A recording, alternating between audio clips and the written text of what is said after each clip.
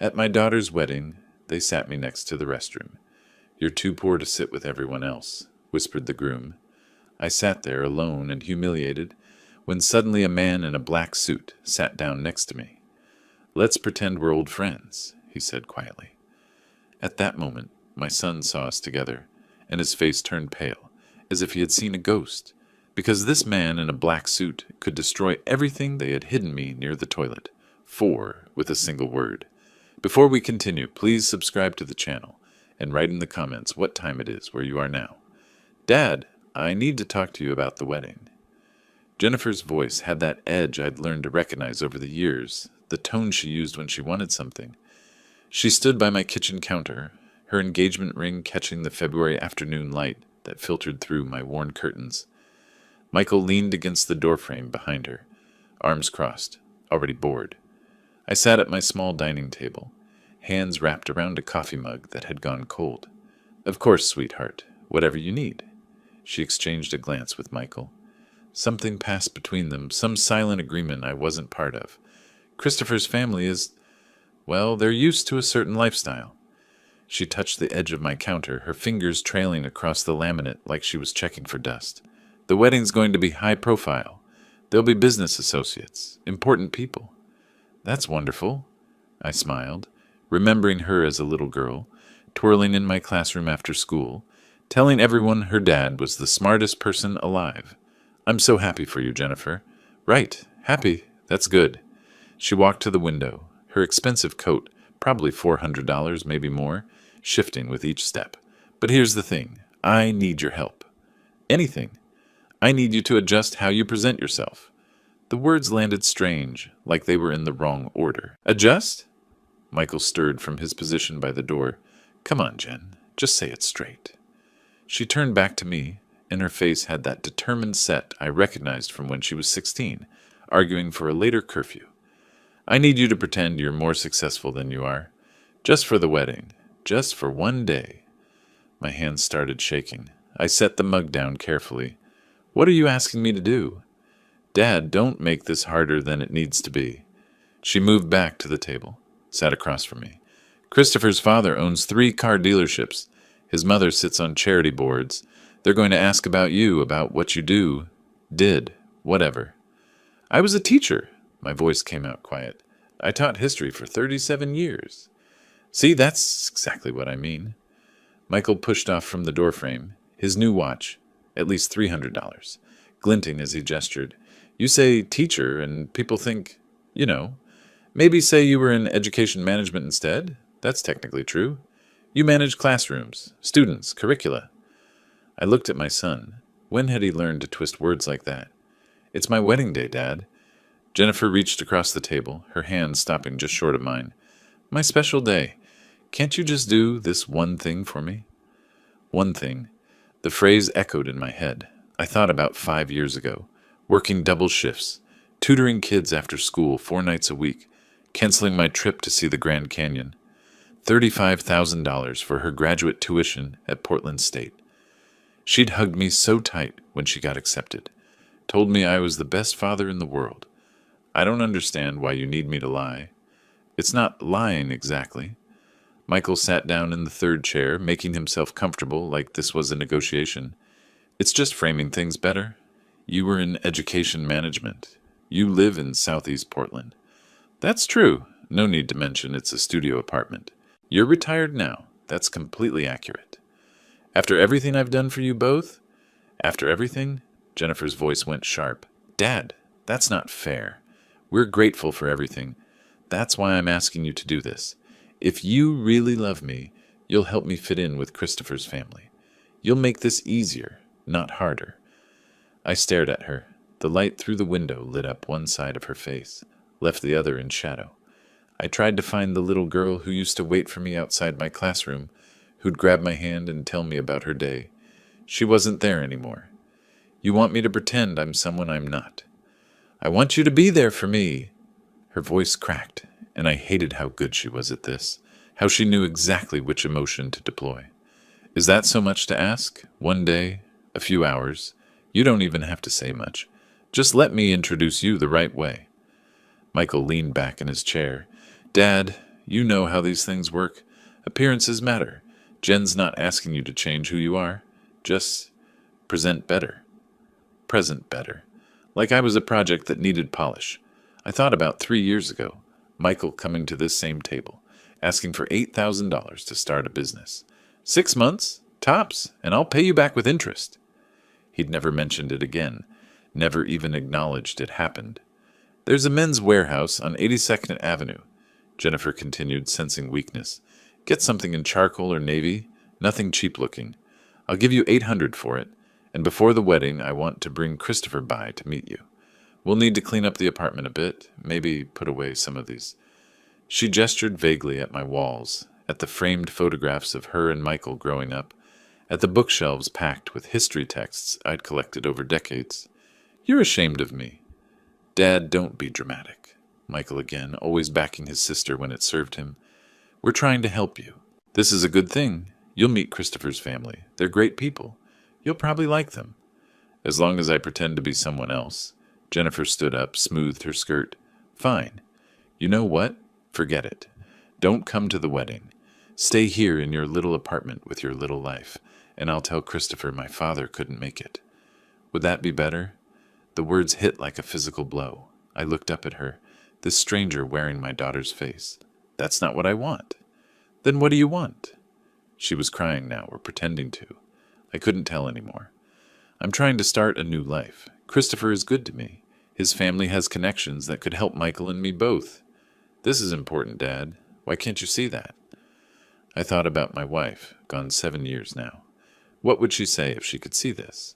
Would she tell me to hold my ground, or would she say to give in, to keep the peace, to sacrifice one more time for our children? My shoulders slumped.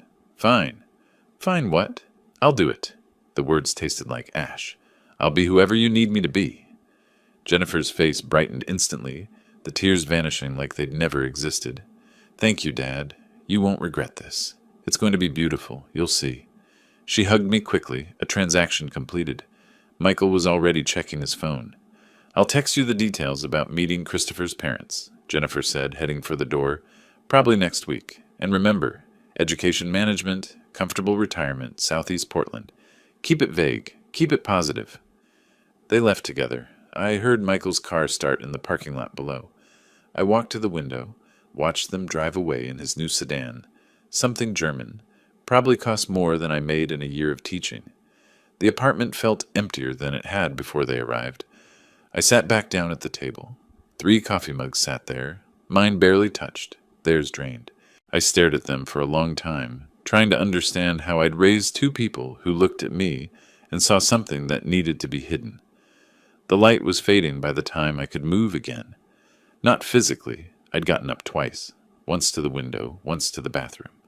But mentally, my thoughts kept circling back to Jennifer's face when she'd said, pretend, to Michael's casual cruelty wrapped in reasonable words. The 3 coffee mugs still sat on the table. I should wash them. Should make dinner. Should do any of the normal things a person does on a Tuesday evening in February. Instead, I walked to my bookshelf and picked up the framed photo from Jennifer's college graduation. She wore her cap and gown, her arm around my shoulders, both of us grinning. I remembered that day she'd introduced me to her professors, told them I was the reason she'd made it through. My dad always believed in me, she'd said. I set the photo down and picked up another. Michael's wedding, 4 years ago. I'd taken out a personal loan for that, $12,000 at 8% interest, because he'd said his future in-laws expected a certain standard. I'd believed him then, believed it was an investment in his happiness. The loan took me 2 years to pay off. I moved to my desk, opened my laptop, logged into my bank account. The numbers stared back at me in cold blue text. Checking account, 47. Savings account, $15,000. That savings represented everything, my entire safety net, accumulated over 7 years of careful retirement living. My pension came in at $2,800 a month. Rent took $1,400. Utilities, groceries, basics. It all added up fast. I wasn't poor, not exactly. But I wasn't comfortable either. $800 for a suit. More than a quarter of 1 month's income. I clicked through to Men's Warehouse. Looked at the rental options. Charcoal or navy. Jennifer had said, nothing cheap-looking. The irony wasn't lost on me. Spending money I didn't have to look like I had money I didn't have. My phone sat on the desk beside the laptop. I picked it up, opened my messages, started typing to Jennifer. "I've been thinking about what you asked." I deleted it, started again. "Can we talk about this more? I'm not sure." Deleted that too. What would I say? That it hurt? She knew it hurt? That it was wrong? She didn't care. That I'd spent my entire adult life teaching my children to be honest, to value character over appearance, and now they wanted me to perform the opposite? I set the phone down. 7 years ago, when my wife died, I'd held Jennifer as she cried. She'd been 25, still finding her way.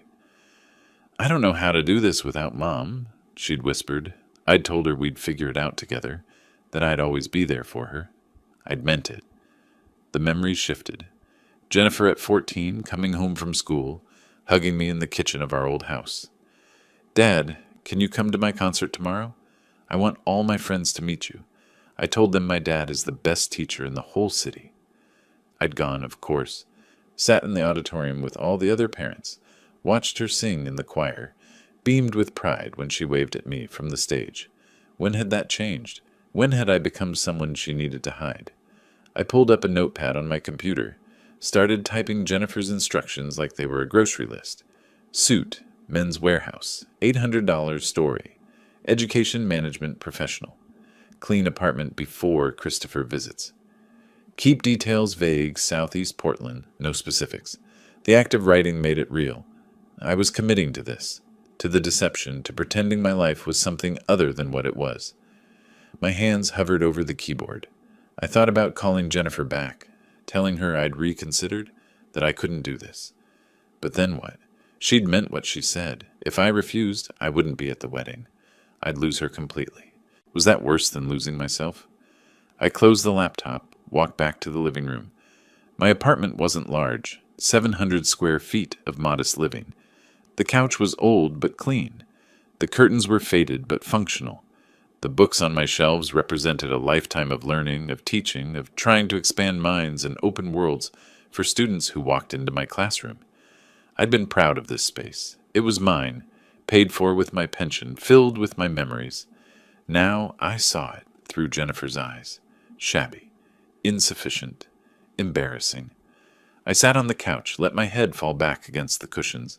Somewhere in my mind, Michael's voice echoed, 6 months, tops, and I'll pay you back with interest. I promise. That was 3 years ago. $8,000 I'd transferred without hesitation because my son needed help. He'd never paid back a cent, never even acknowledged the debt, and yet I was going to put on a costume and play pretend for their benefit. "It's one day," I said aloud to the empty apartment. "Just one day of pretending. I've done harder things." But even as I said it, I knew something had broken. Not suddenly, nothing that dramatic. But there was a crack now, a small fissure in the foundation of how I understood my relationship with my children. They saw me as a problem to be managed. I picked up my phone again, opened the Men's Warehouse website, found the location on 82nd Avenue. They were open until 7 on weekdays. I could go tomorrow after lunch, get fitted, pick something appropriate. Charcoal or navy, nothing cheap looking. I added it to my calendar. Wednesday, 2 p.m., suit rental. My jaw tightened as I typed. Not anger, not yet. Something else. A small, hard seed of recognition that this wouldn't be the last thing they'd ask me to compromise. Jennifer's wedding was just the beginning. Soon there would be Christopher's family events, holidays where I'd need to maintain the illusion, grandchildren who'd be taught to see their grandfather through a lens of manufactured respectability. Unless I said no. But I wouldn't say no. That wasn't who I was. I was the father who gave, who sacrificed, who showed up even when it cost him everything. I set the phone down on the coffee table, stared at the blank television screen. My reflection looked back at me, distorted and gray. "You're doing the right thing," I whispered to that reflection. "It's her wedding. You do this because you love her." The reflection didn't answer, didn't agree or disagree, just stared back with tired eyes that had seen too much, given too much, and somehow still had more to give. Outside, the February evening had turned fully dark. Somewhere across Portland, Jennifer was probably telling Christopher about how well the conversation went, how her father had agreed to everything. Michael was probably at some bar, already forgetting about the afternoon, and I sat alone in my small apartment, committed to a lie I didn't want to tell, for children who'd learned to take everything and offer nothing in return. Tomorrow, I'd rent the suit. Tomorrow, I'd start becoming someone else. 2 weeks crawled by after I made that appointment. I rented the suit, $800 that made my checking account wince.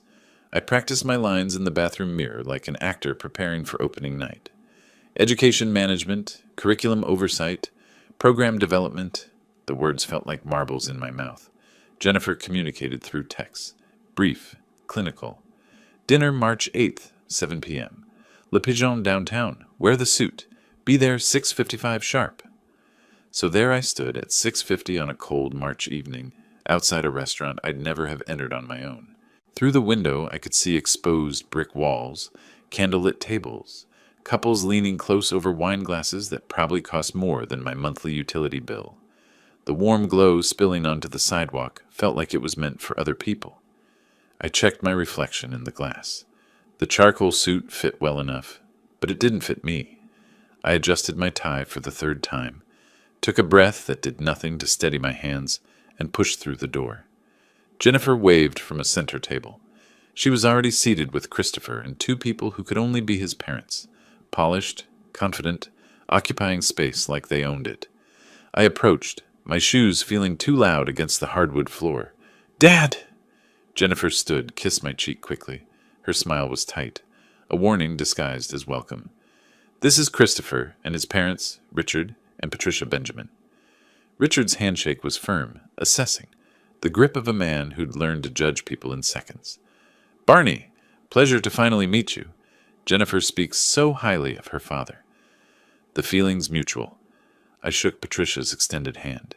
She air-kissed near both my cheeks, her perfume expensive and overwhelming. Christopher half stood, nodded. "Good to meet you, sir." But his eyes slid away from mine, already evaluating, already forming conclusions. We sat.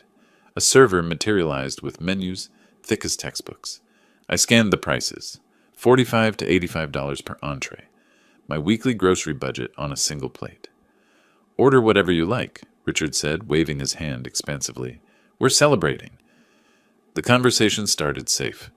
Weather, Portland's recent rain, traffic downtown. Then Richard leaned back, his wine glass balanced perfectly in his hand, and the interrogation began. "So, Barney, Jennifer mentioned you had quite the career in education. Tell us about that." I'd rehearsed this. I had my lines. "I spent my career in education management, curriculum development, program oversight, working with teachers to improve student outcomes." Technically true, deliberately vague. "Fascinating," Patricia said, though her tone suggested otherwise. "And where are you living these days?" Jennifer mentioned Southeast Portland. That area's seen quite the boom. Property values must be impressive. "I have a place there, yes. Modest but comfortable." "Have you considered selling?" Richard again, leaning forward now. "Market's hot. Good time to capitalize on equity?" "I rent, actually." A pause. Just a beat, but I felt it. Patricia's smile didn't change, but something behind her eyes did. "Smart man," Richard recovered smoothly. "Liquidity is important. Speaking of which, what's your investment strategy these days? Stocks? Bonds? Real estate holdings elsewhere?" Jennifer's foot pressed against mine under the table. A warning, stay on script. But something inside me cracked. Not anger, disgust. Overwhelming, stomach-turning disgust at the performance, at the careful lies, at pretending my life was anything other than what it was. I set down my fork. I need to be honest. My voice came out calm, the teacher voice I'd used for 37 years when a student needed to hear truth. There's been a misunderstanding. I wasn't in education management.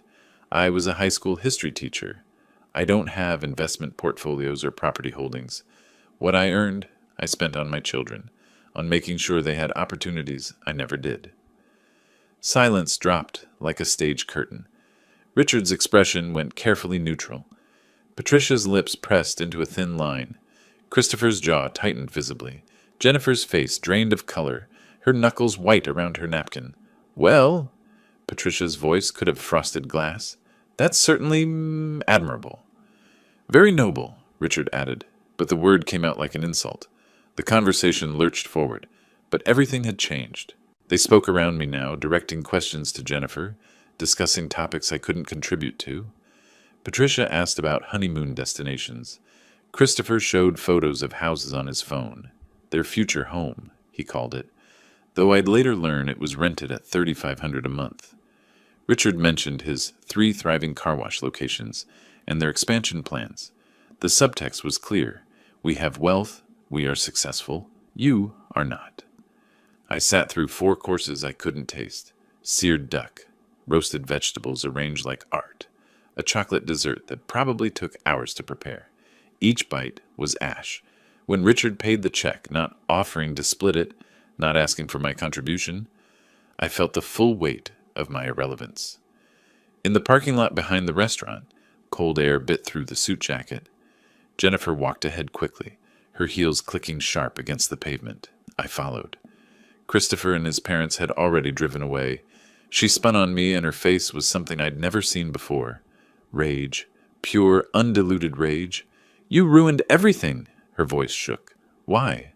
Why couldn't you just keep quiet? Just sit there and nod and let them think. Think what? That I'm someone I'm not? Yes. She was crying now, but not from sadness, from frustration, from shame.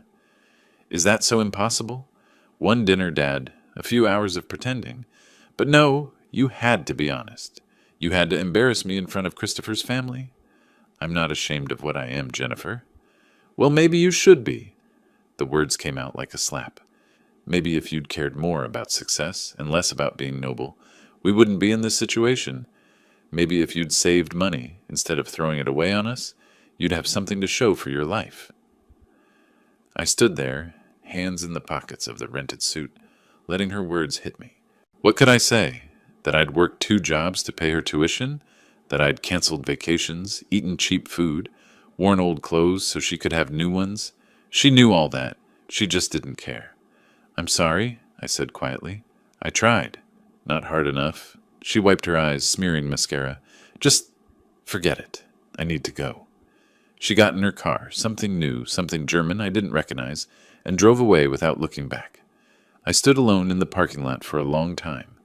Other diners came and went around me, couples laughing, groups chatting. No one noticed the old man in the rented suit, standing perfectly still while his world collapsed. At home, I hung the suit carefully. $800. I'd need the deposit back. I sat in the dark, still wearing the white dress shirt, and waited. My phone rang at 10:30. Michael. Jen called me. His voice was cold, distant. I can't believe you did that. Michael. This was her chance at a good life, Dad. Christopher's family has money, connections. She could have had everything. And you sabotaged it because of your pride. It wasn't pride. It was... Save it. A pause. Just try not to ruin the actual wedding, too. The line went dead. I sat there holding the phone, staring at the blank screen. Outside, Portland went on with its evening. Cars passing, sirens in the distance, life continuing for people whose children didn't despise them. The suit hung on my bedroom door, a costume for a performance that had failed. Tomorrow I'd return it, get my deposit back, resume my small life in my small apartment. But something had changed. Not in them. In me. A question formed in my mind, quiet but insistent. Why was I still trying to please people who saw me as a burden? I didn't have an answer yet. The silence that followed the dinner was deafening. I called Jennifer the next morning. She answered on the 5th ring. I can't talk right now. Click. I texted an apology, though for what, I still wasn't sure. For being honest? For existing? No response. 3 days later, I tried again. Honey, I'm sorry about the dinner. Can we talk? Hours passed. Then, too busy with wedding prep. I stopped trying. March became a study in absence. My phone sat on the kitchen counter like an artifact from a dead civilization. I picked it up compulsively, checked for messages that never came, set it back down. Jennifer's texts, when they arrived, were purely logistical. Wedding April 18th, the Nines Hotel downtown, 200 guests. Ceremony 4 p.m., Reception 6 p.m. No, I love you. No, hope you can make it. Just coordinates for an event I was obligated to attend. I asked about the dress code. She replied, formal. I offered money. Anything, even 1,000 from my savings. Everything is paid for by the Benjamin family. Just show up. Just show up. As if that was all I was good for. Michael's silence ran parallel. I called twice. Both calls went to voicemail. Just checking in, son. Love you. No response for a week. Then a text. Busy with work. See you at wedding. They'd coordinated. My children, who used to argue about everything, had found common ground in freezing me out. The apartment became both prison and sanctuary. I walked circuits through rooms that suddenly felt too small and too empty simultaneously. Past the refrigerator, where Jennifer's childhood artwork still clung to the door, finger paintings from 28 years ago, faded and curling. Past the shelf holding Michael's Little League trophy. I'd coached his team for 3 years, giving up my Saturday mornings. I pulled out photo albums I hadn't opened in months. Jennifer's high school graduation. She'd been valedictorian. Full scholarship offers from 3 universities. I'd sat front row, tears streaming down my face, thinking, we did it. She made it. That was also my 25th work anniversary. The school had planned a ceremony, a plaque presentation, cake in the teacher's lounge. I'd skipped it. Jennifer's graduation was the same afternoon, and there was never any question which mattered more. Another photo. Michael at 22, standing beside a used Honda Civic. I remembered that day. He'd called me crying 2 weeks earlier. Totaled his car, no insurance money, unemployment running out. I can't get to job interviews without a car, Dad. I'm so sorry. I'd taken a personal loan, $6,000 at 9% interest, ate ramen and peanut butter sandwiches for months to make the payments. He'd hugged me when I handed him the keys, promised to pay me back as soon as I'm on my feet. That was 13 years ago. The loan was long paid off. Michael never contributed a cent. I flipped to my 60th birthday photo. 3 years ago. I'd mentioned weeks in advance that I hoped we could have a small dinner together. The day came. Both children texted around noon. Swamped with work, Dad? Rain check? I'd heated a frozen dinner, eaten alone, gone to bed at 8. 1 week before the wedding, a heavy cream envelope appeared in my mailbox. The invitation was beautiful. Gold embossing, elegant calligraphy, cardstock thick enough to build houses with. Mr. and Mrs. Richard Benjamin request the honor of your presence at the marriage of their son, Christopher Michael. Benjamin, to Miss Jennifer Marie Butler. I read it 3 times. I was the bride's father, yet I was being formally invited like a distant cousin. My name appeared nowhere, not as host, not even in acknowledgement. This was a Benjamin wedding. Jennifer was simply the bride being acquired. I propped the invitation on my kitchen counter, where I saw it every morning while making coffee. A beautiful reminder of my irrelevance. Despite everything, the coldness, the rejection, the formal invitation that treated me like a stranger, I wanted to give Jennifer something meaningful, something that said, I'm still your father. I still love you. Maybe material things spoke louder than words in her new world. I drove to Hawthorne Boulevard on a Thursday afternoon. The district was lined with boutiques and cafes I'd never entered, shops selling artisanal goods to people with artisanal incomes. The antique store sat between a pottery studio and a wine bar. Inside, surrounded by objects from other people's pasts, I searched. Vintage jewelry seemed impersonal, furniture too presumptuous. Then I saw the clock, brass and mahogany, crafted in the 1940s, with Roman numerals and a face that had aged into character. I picked it up, turned the key. The mechanism caught, began to tick. Steady, reliable, built to last. That's a quality piece, the shop owner said. He was maybe 50, gray beard, kind eyes. Built to last generations. It's for my daughter's wedding. His smile was genuine. She'll treasure it. These pieces hold their value, monetary and sentimental both. I hope so, I said quietly. $500, nearly 20% of my monthly pension. I paid in cash, bills I'd withdrawn from the ATM specifically for this purpose. The owner wrapped it carefully in brown paper and bubble wrap. At home, I rewrapped it in expensive paper from a craft store, $12, more than I'd usually spend. I tied it with silk ribbon, attached a card in my careful handwriting. To Jennifer and Christopher, may your life together be as timeless as this clock. Love always, Dad. I practiced what I'd say when I gave it to her. Would she even open it at the wedding? Would she thank me in front of Christopher's family? Or would my gift be quietly shuffled aside, an embarrassment she'd deal with later? The night before the wedding, my phone buzzed. Jennifer, please just come tomorrow and don't draw attention, thanks. I read it 3 times, searching for warmth that wasn't there. Not, I love you, Dad. Not, I'm glad you'll be there. Just instructions for managing a problem guest. I set the phone down beside the wrapped clock on my dining table. In my bedroom, I'd laid out tomorrow's clothes. The same suit from the dinner. I'd rented it again. Another $800 I couldn't afford. Polished shoes, conservative tie. Everything was ready. I was ready. But for what? To be tolerated? To be managed? To sit quietly in whatever corner they'd assigned me and watch my daughter marry into a family that measured worth in bank statements? I turned off the lights, climbed into bed, but sleep wouldn't come. The clock in the living room, my old wall clock, not the gift, ticked through the darkness. Each second was one closer to tomorrow, to an event that filled me with dread rather than joy. Through my bedroom window, moonlight touched the wrapped gift on the table. $500 of hope that maybe, somehow she still loved me underneath the shame. I closed my eyes and waited for morning. The wedding day arrived with gray Portland skies that matched my mood perfectly. I woke at 6, though I'd barely slept. My older charcoal suit hung on the closet door, not rented this time, just pressed and presentable despite its age.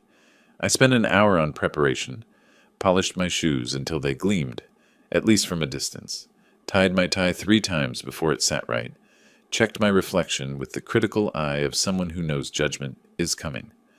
The wrapped clock sat in its gift bag by the door. $500 of hope.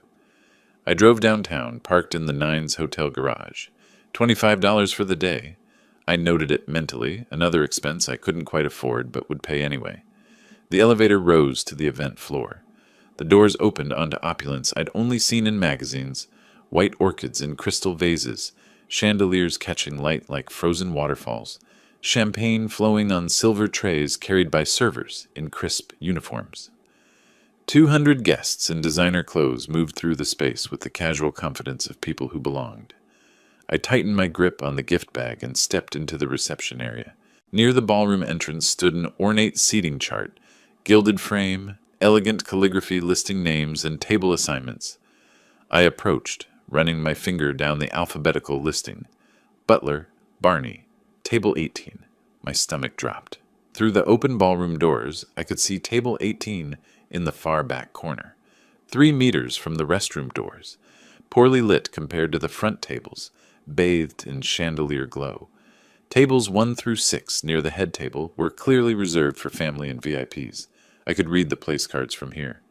Table 5 listed Michael and Amanda Butler. My own son sat 15 tables closer to his sister than I did. I walked through the ballroom, weaving between tables already set with crystal and gold-rimmed china. Nobody acknowledged me. Guests clustered in groups, laughing, raising champagne flutes. I was invisible, a background figure in someone else's celebration. At table 18 I found my place card, Mr. Barney Butler, in elegant script. The other names at the table meant nothing. Strangers, distant Benjamin family acquaintances based on the surnames. No family, no friends. I sat, placed the gift bag carefully under my chair, out of sight. What was the point of displaying a gesture no one would notice? From my corner I watched the room's dynamics unfold. The head table sparkled with attention. Richard and Patricia Benjamin held court near the bar, surrounded by admirers. Christopher moved through the crowd in his designer tuxedo, shaking hands, accepting congratulations. Michael stood with a champagne flute, laughing at something Richard said, clinking glasses like they were old friends. Jennifer appeared in her white pre-reception dress, hair styled in elaborate waves, makeup flawless. She moved from group to group, accepting hugs, glowing with joy. Our eyes met once across the 40 feet separating us. She looked away quickly. Neither of my children approached to greet me. Servers passed my table periodically, heading to or from the restrooms. Some glanced at me with mild curiosity. Who was this older man sitting alone in the corner? Before continuing, I kept my eyes down, trying to occupy as little space as possible. Christopher appeared during the cocktail hour, holding champagne, his smile calculated and cold. "Barney!" He gestured at my table. "Hope the location works for you?" I looked up at him. "Table 18, quite far from the family tables." "Well, we had to arrange seating by—" He paused, selecting his words carefully. "By status. I mean by how well guests know each other." "You mean because of my financial situation?" I met his eyes directly. "Because I'm poor." His laugh was nervous, sharp. "Let's say our guests are accustomed to certain conversational levels. Investments, business ventures, that sort of thing." He leaned in slightly. "You said it yourself at dinner. You're a simple teacher." "I'm Jennifer's father." "Right." He was already stepping back, already dismissing me. "Just enjoy the celebration. Try not to upset Jennifer, okay?" He walked away before I could respond, already greeting other guests with more warmth than he'd shown me. I sat alone, glass of water in hand. I hadn't touched the champagne, couldn't risk appearing drunk or unprofessional, even now, even when professionalism clearly didn't matter. Michael glanced my direction once from across the room. Our eyes met. He looked away, took a drink, continued his conversation with Richard Benjamin. Amanda, his wife, chatted animatedly with Patricia near the head table. Even she'd been absorbed into the Benjamin family circle, while I sat in exile. A server refilled my water glass. "Can I get you anything else, sir?" "No, thank you. This is fine." She smiled kindly. "Let me know if you need anything. It's a beautiful wedding." "Yes, beautiful." She moved on, and I realized that was my warmest interaction of the evening. Two guests passed my table, heading to the restrooms, their conversation carrying back to me. "Who's that man sitting alone back there?" "Not sure. Maybe a distant relative?" "Poor soul, looks lonely." They didn't know I could hear them. Maybe they didn't care. I looked at my hands on the table, weathered, veined, the hands of a 63-year-old man who'd spent his life giving everything to children who'd grown into strangers. $500 for a clock they'd probably never wind. $35,000 for graduate school Jennifer never mentioned anymore. $800 for a suit rental, so I could pretend to be someone else at a dinner that ended in humiliation. How much did it cost to be worth a decent seat at your own daughter's wedding? More than I'd ever have. The ballroom began to fill as the ceremony approached. Guests moved to their assigned tables, adjusting chairs, settling in. The head table remained empty. The wedding party would enter after the ceremony, but the prime tables filled with laughter and conversation. Table 18 remained mostly empty except for me. I sat there holding my water glass, watching my children at the front of the room. They were part of a different world now, a world where I was an embarrassment to be hidden, a problem to be managed, an obstacle between guests and their destinations. Then I heard a chair scrape beside me. Someone was sitting down. I looked up, expecting another stranger assigned to my exile, another person who'd spend the evening wishing they'd been seated anywhere else. Instead, I saw a man approximately my age settling into the adjacent chair. Expensive black suit, kind eyes, a warm smile that seemed genuine in a room full of calculated expressions. "This seat taken?" he asked. "Mind if I pretend we're old friends? This corner looks too lonely for a celebration." I stared at the stranger, startled. Throughout the entire evening, no one had voluntarily approached me. Sure." I gestured at the empty chair. "Though I should warn you, this isn't exactly the prestigious section." He settled in, placed his glass on the table.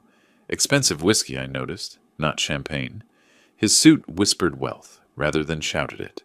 Something about his face seemed familiar. "Have we met?" He studied me closely. "You look familiar." I looked at him more carefully. The shape of his face, the way his eyes crinkled when he smiled, the cadence of his voice. Recognition hit like electricity. "Robert? Robert Thomas? From Portland State?" His face lit up. "Barney Butler. I can't believe it. How long has it been?" 20 years at least, since you moved to Seattle. Closer to 22. He stood, and I rose to meet him. We embraced. A real hug between old friends, not the air-kiss politeness I'd watched all evening. Several guests glanced over, curious about the emotional display at table 18. We sat back down, and I felt genuine warmth for the first time since arriving. "You look good, friend," Robert said. "Still have that teacher energy about you." "Still a teacher. Well, retired now." I managed a smile. "You clearly did better than I did." Robert waved off the compliment, but his suit and watch told the story his modesty wouldn't. This was a man who'd succeeded in ways I'd never imagined. Then his expression shifted as he looked around the ballroom. "Wait, why are you back here?" He gestured at the ornate front tables, the head table set up. "Barney, you're the bride's father. Where's the family table?" "This is my assignment, table 18. "That's insane. There must be some mistake." "No mistake," I interrupted, unable to keep the bitter edge from my voice. "Just priorities. Different priorities than I have." Robert's jaw tightened. He was a businessman now, trained to read situations quickly. He didn't push for details, but I saw understanding and anger flash across his features. "I need to tell you something," he said quietly. "I'm here because Richard Benjamin invited me. Will has been hounding me for months about investing in his businesses, his car washes. 3 locations, all struggling." Robert leaned closer, his voice dropping. "He's leveraged beyond reason, Barney. Bank debt over $340,000. Needs at least $200,000 in fresh capital to survive the next year." I absorbed this information slowly. "Does he know you're undecided?" "He knows I'm evaluating." Robert's eyes scanned the room again. The opulent decorations, the expensive champagne, the lavish display. Tonight was supposed to impress me. Show me stable family values, business acumen. He paused, his gaze returning to our isolated corner. Seating the bride's father by the restroom doesn't exactly convey family values. Across the ballroom, I noticed Michael moving. He'd been near the bar, but now he was edging closer to our table, his face pale. His drink hung forgotten in his hand, his entire focus on our conversation. "Your son?" Robert followed my gaze. "Yes, Michael." "He looks concerned about something." I watched Michael shift position again, trying to get closer without being obvious. Amanda touched his arm, said something. He brushed her off without looking at her. "Robert," I said carefully, "tell me more about Richard's situation. What exactly would your investment involve?" Robert studied me, curious about my sudden interest. "Full partnership, restructuring operations, family involvement in the turnaround." He paused. "Why?" "Just curious about my daughter's new family." I kept my tone casual. "I like to know where she'll be living her life." Robert didn't quite believe that was my only reason, but he continued. "Richard approached me 6 months ago. The car washes have potential, but they're poorly managed. He's made expensive expansion decisions without proper capital backing. Now he's months behind on loan payments, vendors are threatening to pull service contracts, and the whole operation is on the verge of collapse. And he needs your money to save it. He needs my money, my business connections, and my reputation." Robert's fingers drummed once on the table. "The last part matters most. If Robert Thomas invests, other investors follow. Banks extend more credit. Vendors offer better terms." I processed this, pieces clicking into place. The desperate pursuit of Robert's approval, Christopher's marriage to Jennifer as part of building a respectable family image, the seating arrangement designed to hide the poor teacher from the wealthy investor. "How much have you committed?" "Nothing yet." Robert's expression hardened slightly. "I've been avoiding it because something felt off. The numbers work on paper, but family businesses live or die on family dynamics." He glanced at Michael, who'd moved even closer, now about 20 feet away. "And after seeing how they treat you tonight, I'm inclined to walk away entirely." Michael must have heard that last part.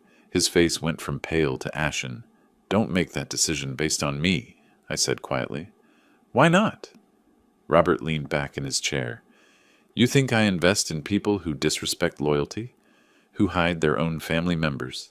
That tells me everything about their character, Barney." From our right, Michael had moved close enough that I could see the panic in his eyes. He recognized Robert Thomas, must have seen his photo in Forbes, in Portland Business Journal, in financial news articles. Robert Thomas, venture capital investor, estimated net worth 40 to 50 million, one of the Pacific Northwest's most influential business figures. And he was sitting at table 18, deep in conversation with the father they'd dismissed. "Your son definitely recognizes me," Robert observed with amusement. "He manages a car dealership. He'd know who you are." "Does he know we're friends?" "He does now." Robert turned his attention back to me. "So tell me, old friend, how did you end up with a daughter marrying into this particular family?"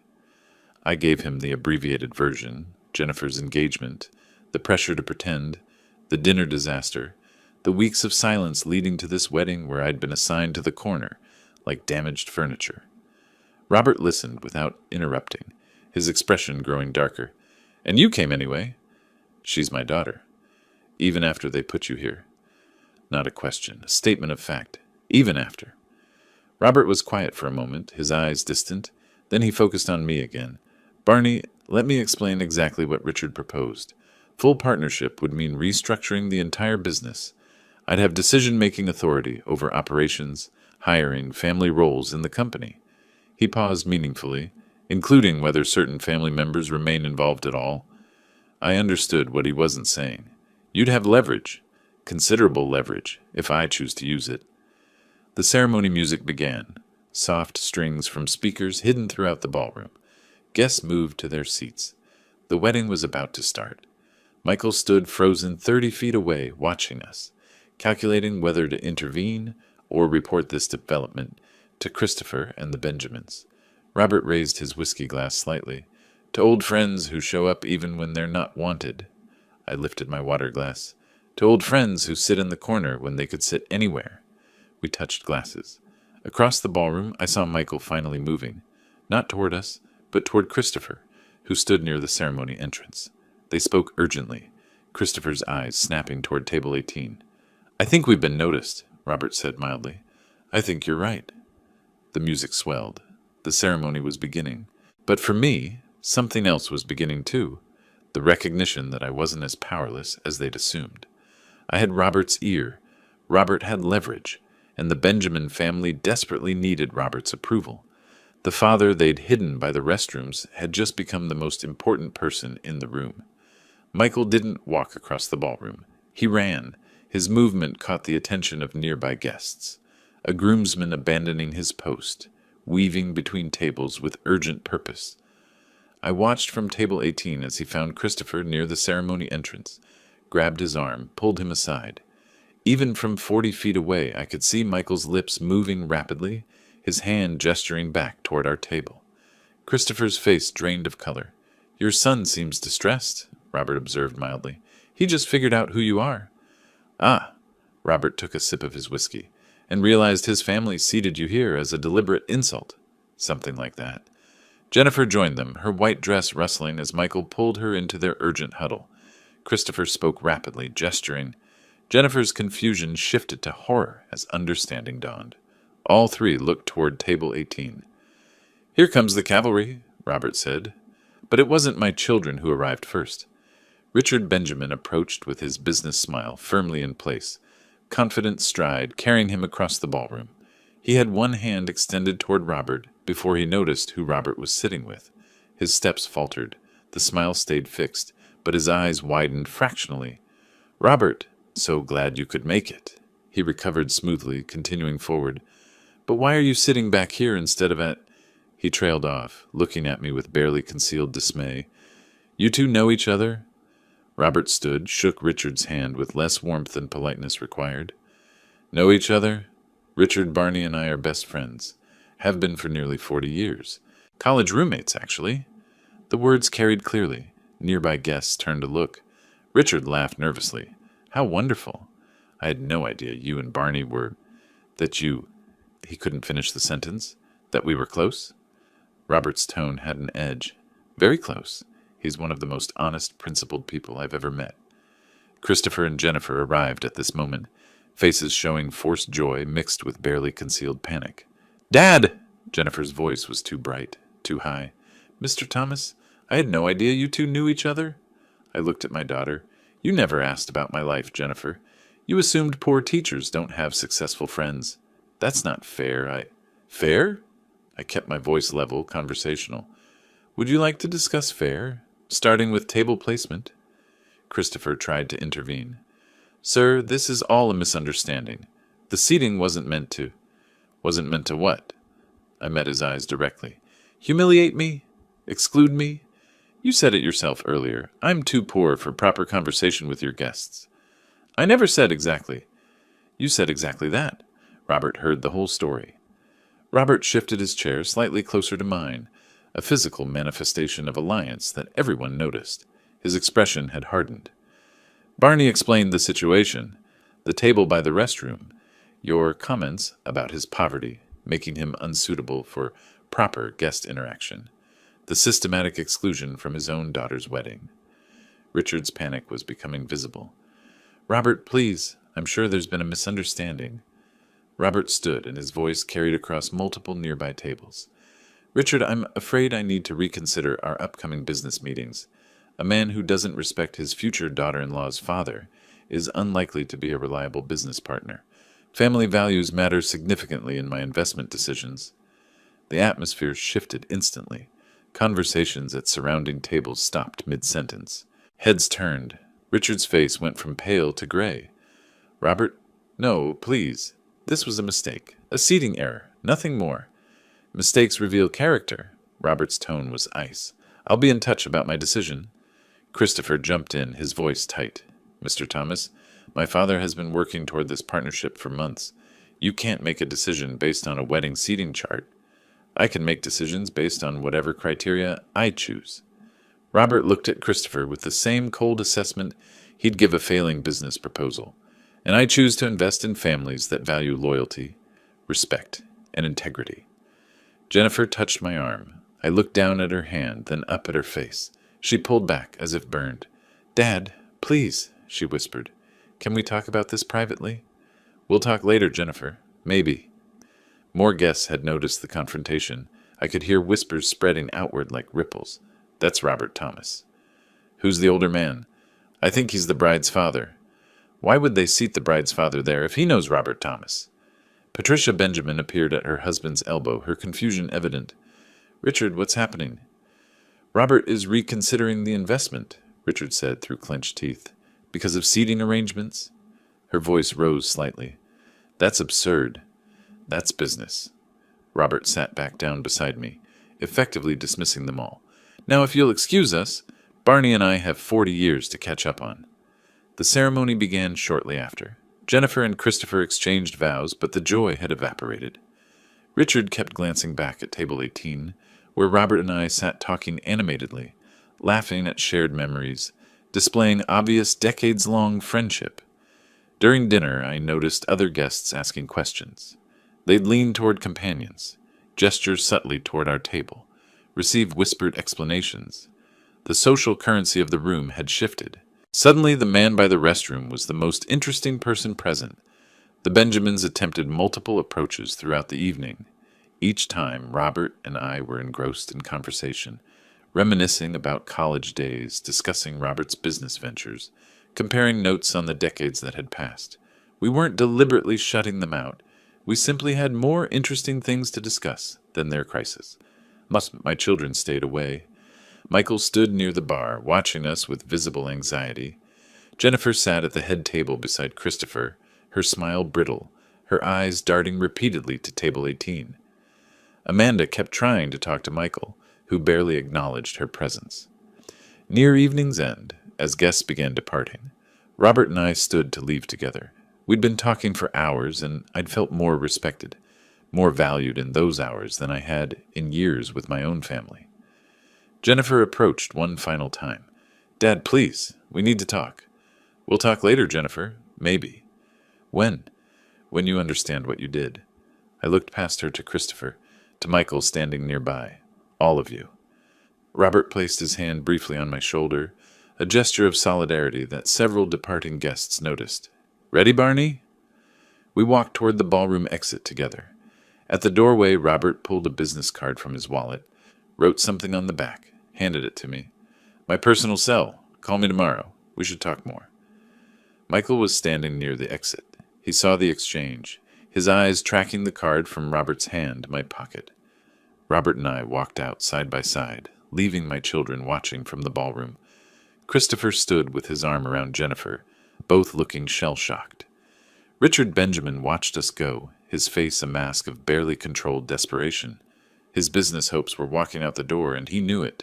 Sleep didn't come that night. I lay in my apartment, still wearing my dress shirt, watching shadows move across the ceiling. My phone buzzed constantly on the nightstand. Jennifer's text progressed from apologetic to desperate. "Dad, please answer. We need to talk. I'm so sorry. Christopher's family is really stressed." I didn't respond to any of them. Michael called twice. Voicemail both times. Around 9 the next morning, my phone buzzed with a new name. Robert Thomas. "Coffee today. We should talk. Elite Coffee on Pearl District. 11 a.m. I texted back. "I'll be there." I showered, dressed in clean jeans and a button-down shirt with my blazer. Not trying to impress, just presenting myself with quiet dignity. The man in the mirror looked different than he had yesterday morning. More solid somehow, more present. Elite Coffee occupied a converted warehouse space in the Pearl District.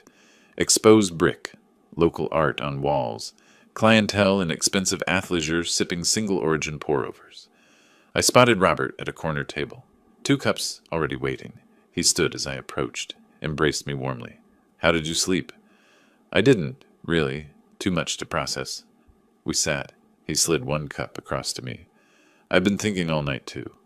Barney, I'm furious on your behalf. How can I help? What do you need?" I wrapped my hands around the cup, feeling its warmth. I don't want revenge. That's not who I am. But I want them to understand, to learn what respect actually means. Robert leaned back, studying me. "Richard Benjamin is desperate. He'll agree to almost anything to secure my investment. We can use that." "Use it how?" "Conditions. Requirements that make them experience consequences." He pulled out a leather portfolio, clicked open a pen. Not arbitrary punishment, logical business terms that happen to teach lessons. We talked for nearly 2 hours. Robert sketched investment structures, potential timelines, contingency plans. He explained Richard's situation in detail. 3 car wash locations, all hemorrhaging money. Bank debt over $340,000. Default timeline of 60 days without fresh capital. "Christopher works as a financial analyst," Robert said. "Makes about $120 a year. Lives comfortably while his father's business collapses." "And Jennifer benefits from that comfort?" "Exactly." Robert tapped his pen on the portfolio. "What if investment terms require Christopher's direct involvement?" "Family businesses need family commitment. He'd have to quit his current job, work in the car washes. Manager's salary would be, what, 65,000, maybe 70. Nearly half his current income." "Nearly half. Plus I'd require operational cost optimization, which means the family downsizes from their expensive West Hills home. Move somewhere more modest. I process this. They'd hate that. They'd experience what you've experienced. Financial pressure, diminishment, loss of status." Robert met my eyes. "Is that revenge or consequences?" "Consequences," I said slowly. "Natural results of poor business decisions." "Exactly.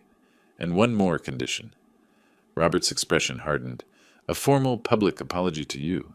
At a family meeting. For the record. You think Richard will agree? He has no choice.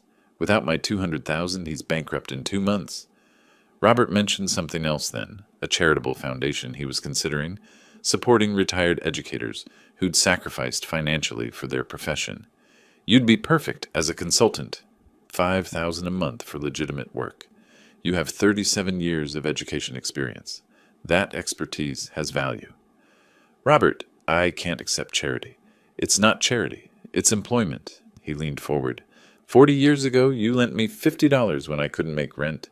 You never asked for it back, never mentioned it again. That's who you are. Let me return the favor." I thought about it. $5,000 a month would nearly double my pension income. More importantly, it would demonstrate to my children that their father had value and recognition they'd never acknowledged. "All right," I said, "but I work for it. Real consulting. Real contribution. Wouldn't have it any other way." 3 days later, I sat in Stephen Parker's law office in southeast Portland. The attorney listened carefully as I explained what I wanted. A trust fund directing my savings to charitable purposes upon my death, explicitly excluding my children as beneficiaries. "They can contest this," Parker warned, "claim undue influence or diminished capacity. I'm 63, healthy, and clear-headed. Document my reasoning thoroughly. They've treated me as an ATM for decades, no more. Parker took notes. This will hurt them when they eventually learn about it. That's the point. I wrote a check for $3,000, nearly 20% of my remaining savings. My hand was steady. The weeks that followed established a pattern. My phone rang constantly. Jennifer, Michael, sometimes Christopher. I developed a system. Glance at screen, decline call, return to whatever I was doing. Occasionally I'd respond to texts with brief, cold messages. Busy with work. Can't talk now. Jennifer's messages grew more desperate.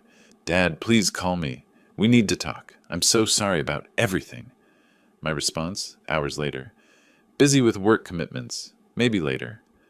What work? Dad, please. Christopher's family is really stressed about Mr. Thomas's decision.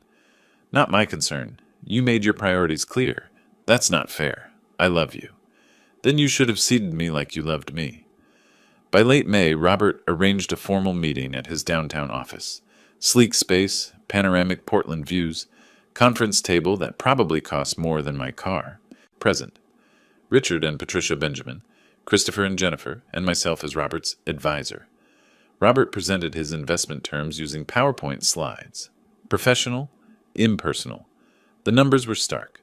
$200,000 in exchange for 40% equity and operational control. Then came the condition slide. Family involvement is non-negotiable, Robert said. Christopher will work directly in operations at market rate for car wash managers. Christopher went pale. Wait, I have to quit my job? Yes. That's a significant pay cut. It's a significant investment. Additionally, cost optimization requires residential downsizing from your current West Hills property to something more financially sustainable. Patricia's voice was sharp. You're dictating where we live? I'm requiring financial responsibility. These are standard terms for distressed business investments. Robert advanced to the next slide. Finally, family accountability requires a formal apology to Mr. Butler for his treatment during the wedding planning and ceremony. Public record, witnessed, documented. Jennifer gasped audibly. Richard stared at the projection screen, his jaw working. These terms are non-negotiable, Robert continued. Accept them or I walk away. You have until end of week to decide. The silence stretched. I could hear Patricia's breathing, rapid and shallow. Christopher's hands gripped the armrests of his chair.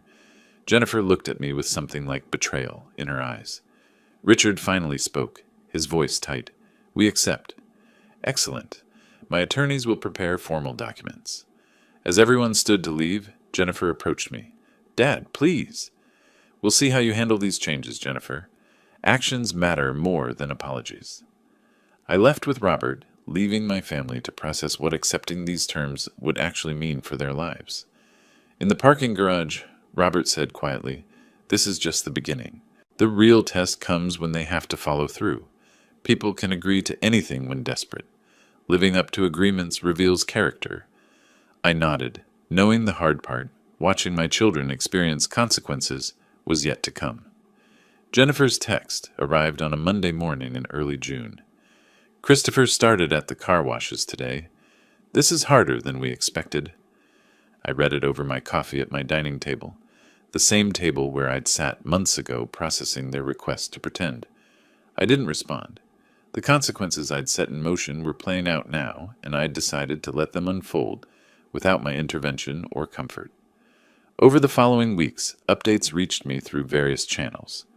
Jennifer's increasingly sparse text messages, occasional conversations with Robert, who tracked the Benjamin business situation as part of his due diligence. Even social media, Jennifer's Instagram, once filled with curated luxury shots, now showed long gaps between posts. Christopher's transition was brutal, from what I gathered. Financial analyst to car wash operations manager, climate-controlled office to pressure washers and drainage problems, business casual to getting soaked daily, managing minimum-wage teenagers who didn't show up for shifts. His salary had dropped from $120,000 to $65,000, nearly half his previous income. Jennifer texted me once, Christopher comes home exhausted every night. He's so angry all the time. I imagined him discovering what it meant to work hard for modest pay. The same Christopher who'd called me just a teacher, with such dismissive ease. They'd moved from their Pearl District apartment, $3,500 a month for floor-to-ceiling windows and building amenities, to something far more modest, $1,800 a month in a less fashionable neighborhood. No doorman, no gym, just basic shelter. Jennifer's lifestyle collapsed visibly.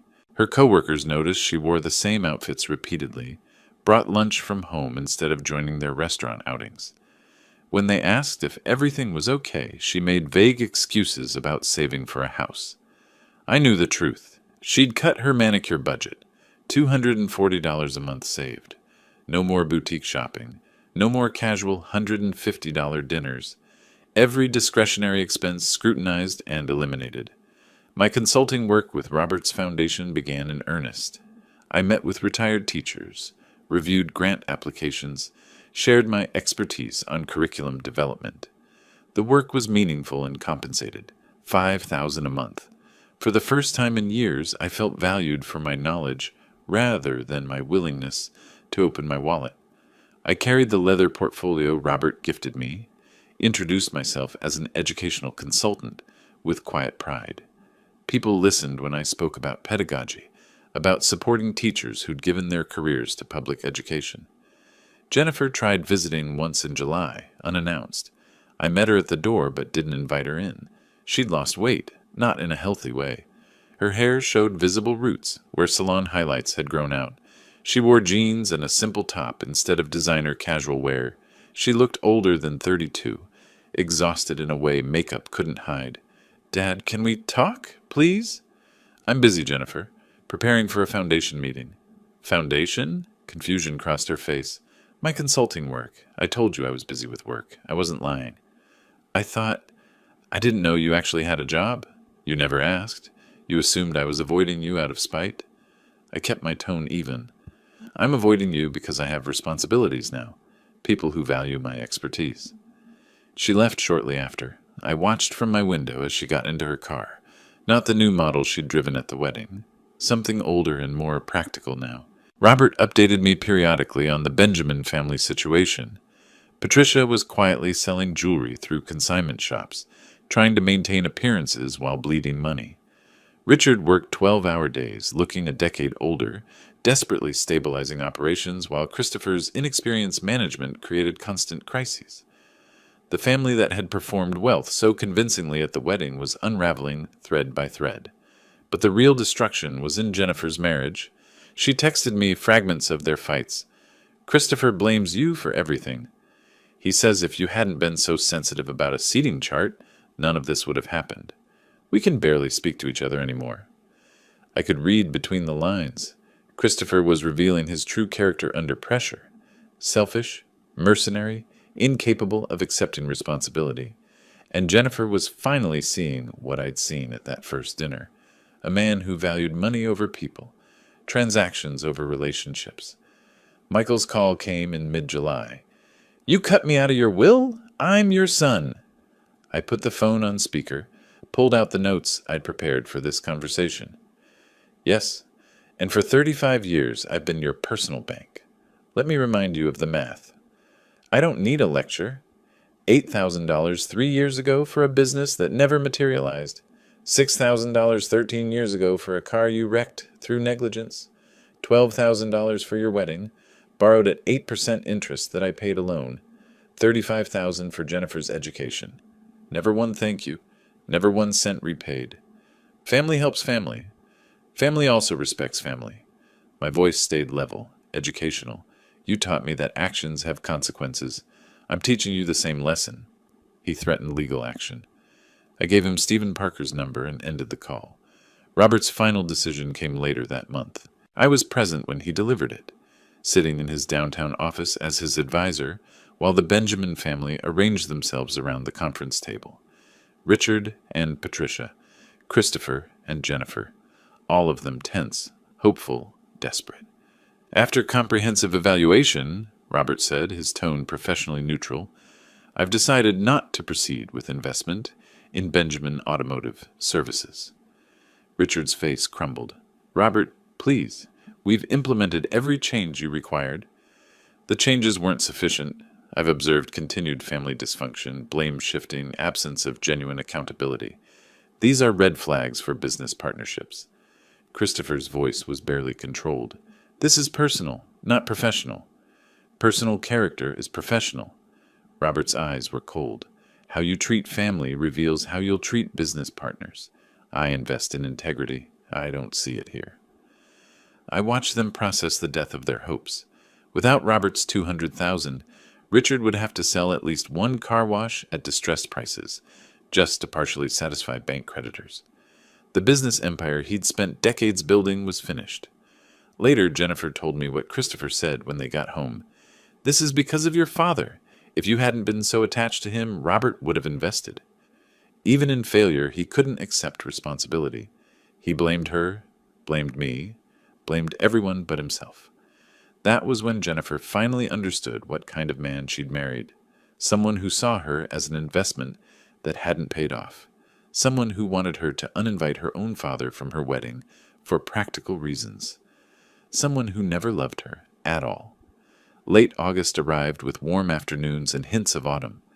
Jennifer stood in my hallway wearing jeans and a plain t-shirt, no makeup, hair in a simple ponytail. She carried the antique clock I'd given her at the wedding, now unwrapped. "Hi, Dad. Thank you for seeing me." We sat at my dining table. She placed the clock between us, ticking softly. "I was ashamed of you," she said, tears flowing. "I wanted to belong in Christopher's world so badly that I treated you like an embarrassment. The wedding seating, I proved that. I was a coward. Where's Christopher now? I filed for divorce 3 days ago. He never loved me. He thought I came from wealth. When that illusion crumbled, so did his interest. Michael arrived shortly after, equally humbled. I treated you like a bank, never paid you back, never thanked you. I'm ashamed it took losing my inheritance to understand. This wasn't revenge, I told them both. This was education.